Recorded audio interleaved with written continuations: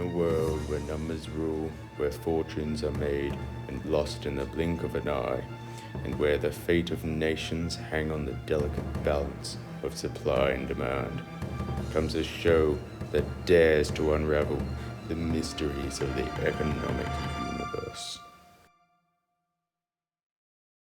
Are you in need of financial support? Do you need some knowledge of the Australian economy? Do you even know what the economic indicators are? Well, you're in luck, because here at Economically Serious, we teach you the basics of economics. And help you understand the Australian economy better. So now it's time to get serious. Economically serious. This is a 4K picture of Ben, one of your hosts. This is a 4K picture of Mark, your other host. These two are serious economists and will go through the basics of economics while also going around the world showing different countries' economies. These two are considered the best in their business when coming to hosting absolutely anything. So there's a reason why Netflix chose them to host a show made on a budget of $0. This is a clip of Ben walking from the US to Australia just to talk about Australia's economy. So, enjoy.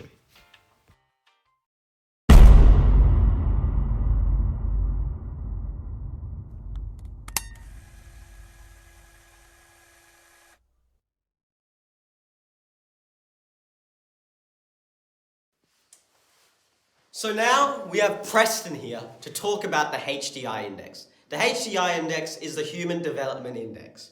So, Mr. Preston, would you please care to explain what the HDI index is and how it measures social and economic development? Certainly, the HDI, or the Human Development Index, was created by the United Nations. It is a statistical system which measures a country's social and economic development. It uses four main pillars: life expectancy, education, income, and standard of living. Countries are ranked on a scale from 0 to 1, with a higher score indicating higher levels of economic development. Okay, thank you. So, Australia currently ranks 5th in the HDI. Can you tell us more about Australia's performance in this index? Australia indeed performs well in the HDI, ranking 5th in the world with a score of 0.951. Over the years, Australia has shown consistent growth in its HDI. Since 2001, Australia's HDI has steadily increased at an average annual growth rate of 0.24%, rising from 0.91 in 2001 to 0.95 in 2020. That's certainly impressive progress. Now, how has the COVID-19 pandemic affected the HDI globally and in Australia? Over the last 5 years, most developed countries have experienced a steady increase in the HDI. However, the COVID-19 pandemic did have an impact. In 2020 to 2021, many countries, particularly the larger countries like the US, the UK, Russia, and China, witnessed a dip in their HDI due to the pandemic's economic disruptions. Interestingly, Australia didn't experience a significant dip in its HDI. Instead, it leveled out and quickly bounced back. This could be attributed to a small mining boom Australia had in early 2021, as previously port cities that were shut reopened after the peak of the pandemic. Fascinating. So, are there any notable trends in the HDI, particularly in relation to Australia? Oh, absolutely. Like most developed countries, Australia has seen a slow and steady increase in their HDI over the past 31 years. It's worth mentioning China, which started with a HDI of 0.48 and has experienced remarkable growth, reaching 0.77 in 2021. Additionally, a noteworthy trend in similarity between Russia and Ukraine. Both countries faced a decrease in their HDI after the collapse of the USSR in 1991, which impacted their economies. Both nations also experienced a dip in the HDI during the COVID pandemic and are likely to face further challenges due to the ongoing Russian-Ukraine war. Shut up on set! So, how does the HDI impact a country's economy?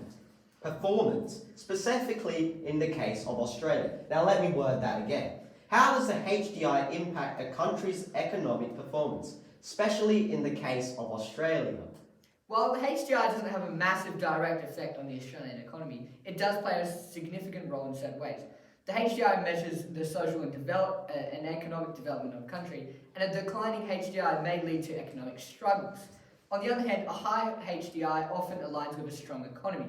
For instance, Australia. This HDI can impact the country's stability, such as its health system and its human capital development. A drop in the HDI can make life harder for citizens, particularly in the terms of quality of life. Usually the HDI is a measure of how well a country is doing, not something that directly changes it. It's more like an indicator. Economic indicators. Let's get economically serious. So thank you, Mr. Preston, for shedding light on the connection between the HDI and economic performance, specifically in context of Australia. Your insights have been valuable. So, You're welcome. It was a Yeah. pleasure to discuss this topic, and I will look forward to doing the quality of life index. okay.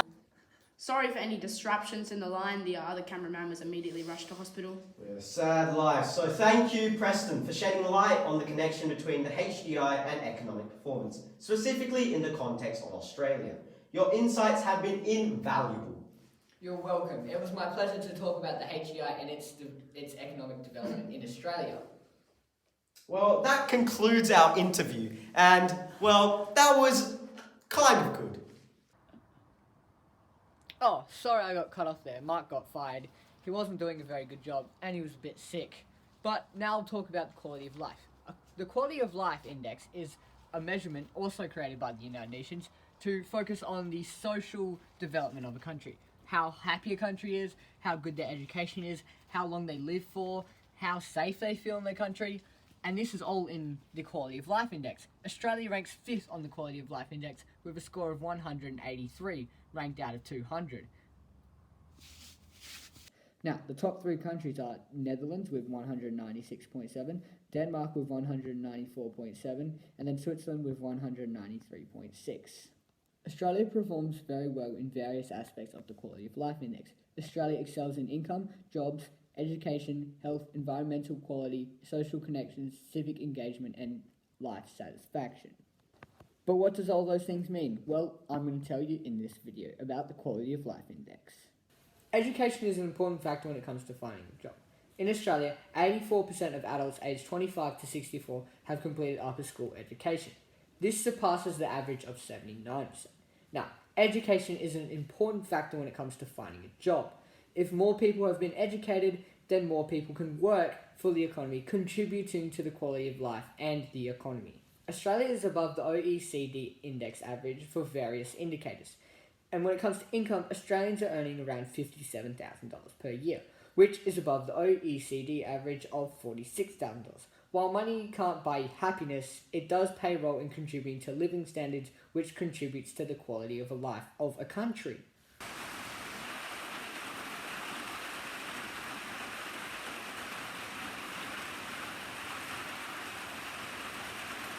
With Australians and their satisfaction of life, they have voted a 7.1, above the average of 6.7, meaning Australians are more satisfied with their lives than the world's average.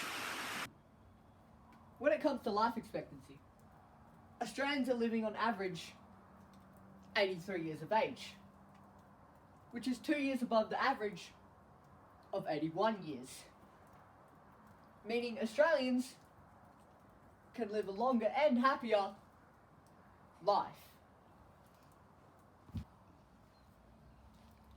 Australians participate in a high level of civic engagement, and 93% of Australians say that they can rely on someone in times of need, which is 2% higher than the OECD average of 91%. This is really important because it makes Australians feel like they belong in their country, which contributes to their quality of life, because who wants to live in a country that they don't like?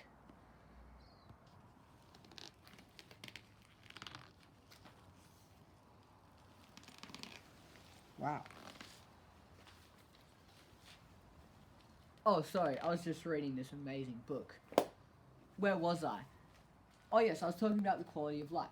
For employment, 73% of Australians aged 15 to 64 are working and are employed, surpassing the average of 63%, meaning more Australians are employed and contributing to the workforce. Most developed countries have stayed at a steady growth rate and are more stable than developing countries when it comes to the quality of life.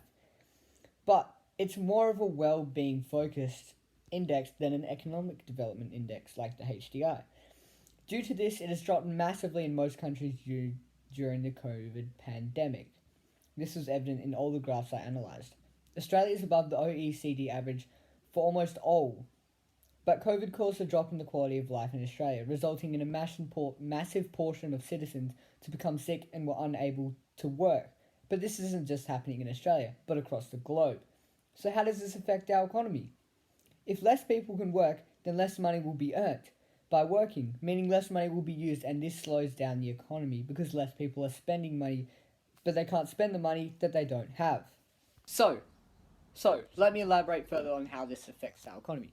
It doesn't impact our economy in the way that you might think of it, like exports and imports and earning money from those. But it's like how healthy citizens in a country are. And basically, the more healthy they are, the more they can contribute to the economy because they can work for longer and more efficiently. So the quality of life, if that is high in a country, then it will make your country more desirable and people can work for longer, right? This also increases the number of immigrants that want to come into that country, and this improves our economy as well because they work for the Australian economy. So basically, if the quality index is high, it usually aligns with a good and strong economy with full people working and low unemployment.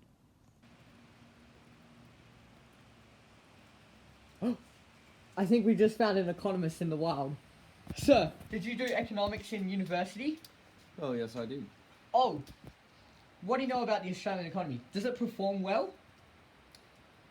Well, as the famous economist John Maynard Keynes would say with his famous quote, "Spend and prosper," Australia's economy has done quite well because the members of the public spend.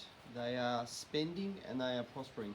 However, inflation is bringing that spending under control, and we are now seeing spending growth of 0.3%, which is possibly our lowest growth in the last 10 years, which is going to have a multiplier effect on Australia's GDP. My prediction, early 2024, we're going to have a recession, which is 2 periods of negative GDP growth. Do you think Australia has a high quality of life? Oh, very high. Very high? Compared to the OECD countries, we rank in the top 10 consistently. Now, you'll have to break that up into population groups because obviously Indigenous Australians do not have that same luxury as those counterparts that live in major cities. Thank you for your time, professional economist I found in this random egg chair. No, thank you. And may I encourage your listeners to really look up John Maynard Keynes and his theories on spending and prospering. Thank you.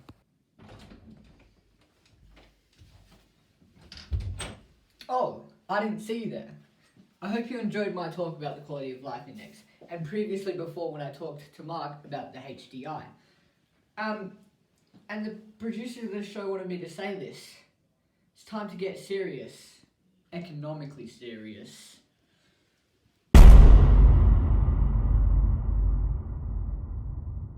We're so sorry for another disruption, but yet again, one of our team members has fallen increasingly ill. He's now been rushed to hospital. Mark, one of the hosts, so I'll be taking over his position.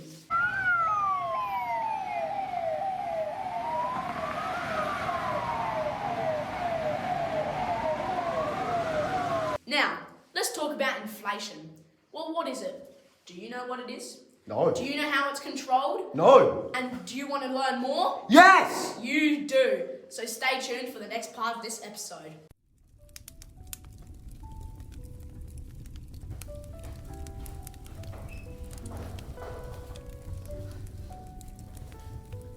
Hello, welcome to the inflation segment. Now, inflation, it's really people's favourite topic to talk and debate about at the moment, isn't it?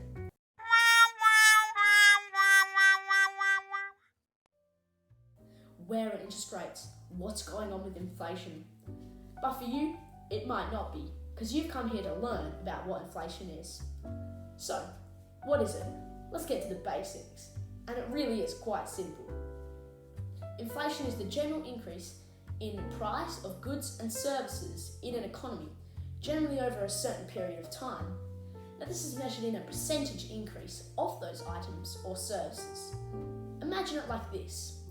One year, you go to McDonald's, you buy a cheeseburger. It's $2. The next year, it's going to be $2.25.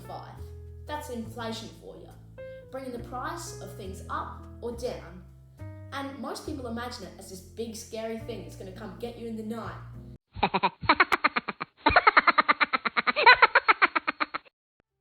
Something big that you can't stop. But it's really not. There are some positive things that can come out of inflation rising or falling, and it can be controlled. So let's take a deeper look into what those outcomes can be. So, if inflation is this bad thing that loads of people are afraid of, why are they? What are the reasons that when inflation rises, people get all hyped up and wondering what's going to happen?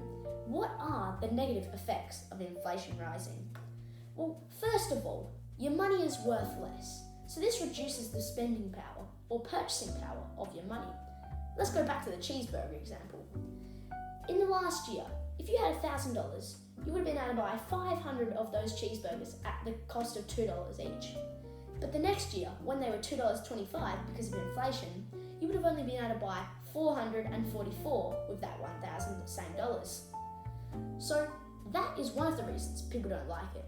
Another one of the reasons is because that sometimes it can mean that the banks will loan you less money and you get less money from them through interest. But we'll talk about that later. A third reason is that it can increase the cost of living, which is fairly similar to your money being worth less, because it's going to cost you more to pay for your food, your water bills, electricity, your house, but you're only going to have the same amount of money. So we've looked at a few ways that inflation rates rising can affect you personally and your money. But what about for businesses and companies? Well, that also has an effect similar to the ones we said before, but there's also a few extra ones, such as uncertainty in business plans and decision making. Now, this is caused because inflation is changing all the time. The Reserve Bank of Australia, which will explain more about who they are and what they do later, but them influencing inflation can change it all the time. And this means that your money that you have in the business can be changing, which means instead of doing a new promotional sale one month, the next month you might not have the budget to do that. So it really can mess things up. It also can change the way that you predict the market and try to find scarcity to approach new business ideas. Just again, affecting your business in bad ways. Now, let's look at some more positive things. Just a quick heads up. Remember, we're not talking about when inflation rates fall, just when they rise at the moment. Now, the first thing I found on my list was that when inflation rates rise, it actually encourages spending and investment. And it does this because your money is worth less over the years, it's going to keep going down. But if you use your money when it's worth more, it has more purchasing power. You can invest it so that you still have that same thing, whatever you invested in, years later, and it's actually technically worth more because the money is worth less. So let's go back to the burger issue again. So if you bought those 500 burgers with your $1,000, then a year later, those burgers would be worth more because they're being sold for $2.25 instead of the $2 back when you bought them. So you would actually have made money if you sold them. And that's how that works. The second thing I found on my list was that it actually can reduce the burden of debt, which is great. It's amazing. And it's sort of the inverse of when your money is worth less, the less purchasing power. Because technically, with a debt, it's money you don't have. It's like negative money. And if that negative money is getting smaller, it's getting closer to zero, closer to the positive numbers, which is great for you if you have debt, that is. And another thing that I found was that it can also maximise the profit of businesses because the inflation rate is up, and the inflation rate is when the products and services are increased in price. This means businesses are selling their stuff at a higher price, which means they're going to be making more money. And people have to buy it at that price because everything is going up. This means that businesses are able to make more money. And the last significant thing that I found was that it actually promotes wage growth. And this is mostly because businesses are able to maximise their profit. They're going to have more money, and also since the cost of living is up, the workers need more money to live, and the businesses have it, so they're going to pay it to them so they can keep maximising their profit. Let's have a quick recap. We've looked at what inflation is. We've looked at what the effects inflation can have on you and your business, both positive and negative. And now, let's look at some of the things that cause inflation. Now, there are two main movements that can cause inflation, or let's say, put it this way, two main categories: push and pull movements. They both affect inflation in different ways. Let's go have a deeper look into what these entail. Firstly, the pull factors. Increased consumer spending. This is when the demand is higher than the supply, causes prices to rise and inflation with it. Also, monetary policy from the government. Things like rising taxes and other policies can cause inflation to rise. Now the push factors. This is things like rising wages, increased production cost, and supply chain disruptions. Supply chain disruptions can be caused by natural disasters, political conflicts, and trade. Trade influences by imports and exports, changing price, and whether or not we have it. It's not necessarily this simple, but when interest rates go up, inflation rates go down, and vice versa. So the RBA's goal is to keep them at a steady medium spot. Now, let's look at some recent trends in Australia's inflation rates. From around 2016 to 2020, we were doing really good, sitting at about 1.9%, which is quite low and very stable, within the RBA's goal, which is perfect. But then good old COVID-19 put a real spanner in the works. Let's see how Australia compares to the US during this time. Let me pull up the graphs on my computer. We can see that at the end of 2020, America's COVID cases were at 50,000. Then they jump all the way up to 250 at the start of 2021. Now, this major spike, let's look at the inflation rates at this same time. At the start of 2021, of course, they have a massive jump from under 2% to all the way up to almost 6% in a matter of months. Now, we compare this to Australia's. Now, obviously, we have a much smaller population, so it's going to be on a smaller scale. But if we look at our first big hit of COVID cases, which was at the end of 2021, a bit later than America, we start out with around 2,000 cases, and within the next month of the start of the year of 2022, go up to all the way to 80,000. Now, if we look at the Australia's inflation rates at this same time, the end of 2021, we had, yes, an increase, but nowhere near as dramatic as America's. We start out at 4%, and yes, we do get up another 4% to 8%, but that is over another 2 years, whereas America took a couple of months to reach that goal. This is just showing how stable and strong Australia's economy is. It might be moving the same amount, but we're taking a while to get there, which is always good signs.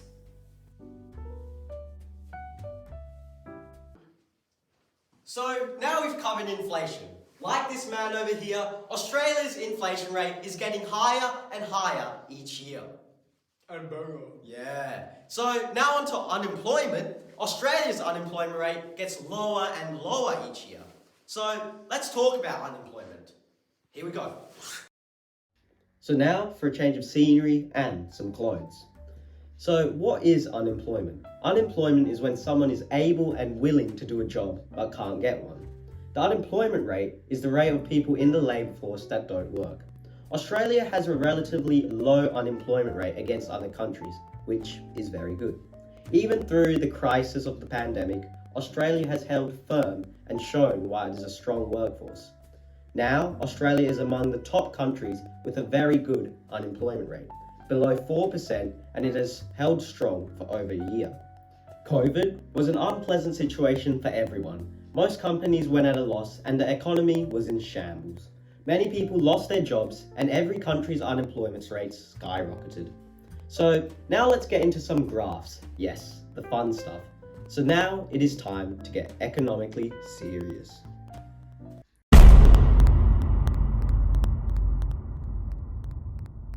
Now, 5 years ago on this exact month, the unemployment rate was at exactly 5.5%. Till March 2020, the rate didn't drop below 5% as it would go up some months and down the others. April 2020 though saw a significant increase as it went from 5.2% to 6.3%, a whole percentage increase. This was massive. The reason for this massive spike, COVID. What a shame. Next month, in May, it became 7%, and by July, it became 7.5%. In 3 months, the unemployment rate skyrocketed to 7.5%, increasing by 2.3%. Individuals were in distress as many lost their jobs and several small businesses shut down due to their minimum profits received. Now, if we compare our unemployment rate with good old America, we were doing really well. In fact, we did twice as good than they did, because we are just better. Before the pandemic, their workforce was a powerhouse, with their unemployment rate being around the 3.5% mark, beating us by a whole percentage. But in April, oh boy, did it take a massive jump. It became 14%, 14.7% to be precise. Now, we didn't have this much of an increase in our unemployment rate, as our highest rate was 7.5%, but there was a fair reason for why America had a massive spike. America just had way more cases than us. It was that simple. Therefore, they needed to enforce more stricter grounds, shut down small businesses, and tough lockdowns were in place. Recovery was slow in many sectors of Australia, but in America, recovery was very, very fast. The unemployment rate did skyrocket, but it also went down very quickly. By August 2021, America got down to 5% in the unemployment rate, as Australia took till June 2021 to achieve the same feat. Note that America had a double unemployment rate than Australia, so it was quite impressive to do that. But now both countries are thriving in the working force, with both in the 3% range of unemployment. A low unemployment rate is good, but a very low unemployment rate isn't good either. Now you must be thinking, Mark, you are such a dummy. But make note, I'm not. Low unemployment rates have potential drawbacks and challenges. There could be problems such as labour shortages, which could lead to businesses struggling to find qualified workers due to the shortage of people. Low unemployment rates have potential drawbacks and challenges. There could be problems such as labour shortages, which could lead to businesses struggling to find qualified workers due to the shortage of people who are willing to work. Another massive drawback is skills mismatch. Some industries may experience difficulty in finding workers with the necessary qualifications or experience. So while it is great to have a low unemployment rate like Australia and America, it is important to find the balance in maintaining a low unemployment rate while solving these potential challenges. Australia's response to the unemployment crisis during COVID-19 was considered relatively successful when it was compared to other countries. All peoples from families, governments and businesses received the pandemic quite well. Obviously, there was some backlash by some businesses and certain members of the society, but the pandemic had to force some harsh decisions. The Australian government implemented various measures to support individuals and businesses affected by the pandemic and its economic consequences. One of the key initiatives was the JobKeeper Payment Program, which provided wage subsidies to eligible businesses to help them retain their employees. This program aimed to minimize job losses and keep workers connected to their employers. So all was not lost during the pandemic. Some individuals suffered a lot, but it was generally regarded as effective in cushioning the impact of the pandemic on the labour market. Now there is JobSeeker, which effectively does the same thing. Unemployment is a massive economic indicator in Australia's economy, as this shows how powerful our workforce really is. Our powerful workforce is the reason we have a good economy, so employment is very important in Australia. The lowest it had ever been was 4% in August 2008. Now it is 3.5%. So Australia is doing a lot of things right at the moment, but we'll never know if our unemployment rate is too low. So that is it for the unemployment sector. I'm sure I've done a great job in explaining to you what unemployment is and unemployment in Australia. Now, I've even talked about America's unemployment rate, which in the end, no one really cares about. So now let's get back to our so-called experts and let's hear what they have to say. Now on to Robert, who's a professional analyst on GDP. He's going to be telling us about growth rates. Take it away. Thanks, Ben. Now with the information. In the last 5 years, Australia's been relatively stable, staying at a 3% increase. Now, due to COVID in the last 2 years, we had a tremendous downflux of 7%. Thankfully, we had a great rebound going up by 11 from that. Now, previously, in the last 10 years, we had fluctuations from 2012, going up to 7% each year, going down only to 1%. Now, on to our factors going into GDP growth. Australia gets an increase from exports, non-mining industries, government expenditure. And a decrease is from imports, the mining industry, and dwelling investments. Now, due to this, we can all see the interconnection of how our GDP is influenced by the entirety of Australia. Now, the actual growth rates in Australia, 9.6 in the last 5 years. In the last 10 years, decade, is 27%. Now, that shows our great expenditure into our roads, our families, just the entirety of Australia in general. Got it? Yep, got that. Thanks to some new information that has been found behind the scenes, I can share with you this knowledge. So here we go. Australia and Canada have shown to have some parallels when it comes to growth rates. In the last 5 years, both countries have kept an economic mean. So in Australia it has been 3%, Canada being around 3 to 2%. Now both countries have seen quite a low decrease in growth rate during 2020, Australia getting a 7% decrease and Canada getting a 5% decrease. Both countries also have a parallel when it comes to the increase after that decrease. 2021 for Australia, the increase was by 11%. In Canada, it was only by 5%. Now, there's also information to the future of Canada, seeing an increase in around 1.5 to 2% for the next 5 years. Now, of course, we don't have this information for Australia because the Bureau of Statistics is looking into other different areas. As you can see in this graph, the future of Canada's growth rates have also been mapped out, even though this is a rough estimate. As you can see, the growth rates of Canada will be measured as 1.5 to 1.8% averaging, whereas Australia doesn't have any estimates yet that we can see. The growth rates in Australia and Canada are remarkably similar, both showing stable percentages in certain years, as well as going in the same trajectory in the next 5 years. And both countries showed quite the rebound in 2020 from COVID-19, going up by double the amount that they went down, usually even more. Hey guys, so now we're going to talk quickly about sustainability in Australia. So here in Australia, sustainability has become a major concern due to global issues like climate change, population growth, and resource scarcity.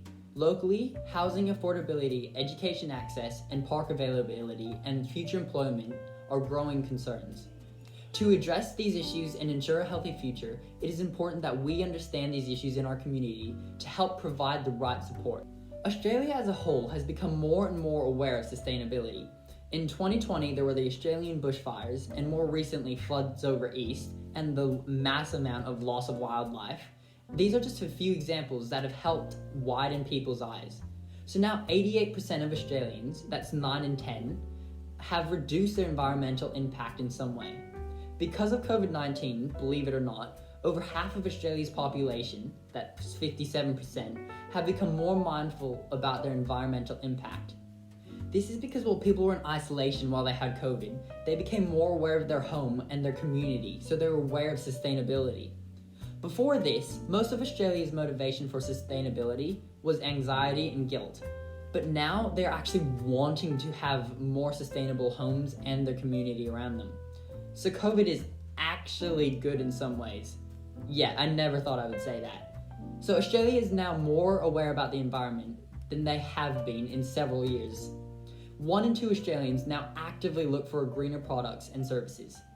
So this is just some of what Australia has to think about sustainability. Oh, well, I thought I was done with this shoot base. I thought I'd done all my filming. Same. I just don't want to be here. Yeah. Thank you for watching the first episode of Seriously Economics. and laughing Doesn't at even know our assets show's of- name. Well, thank you for watching Economically Serious. Remember, guys, to Stay serious. Economically serious.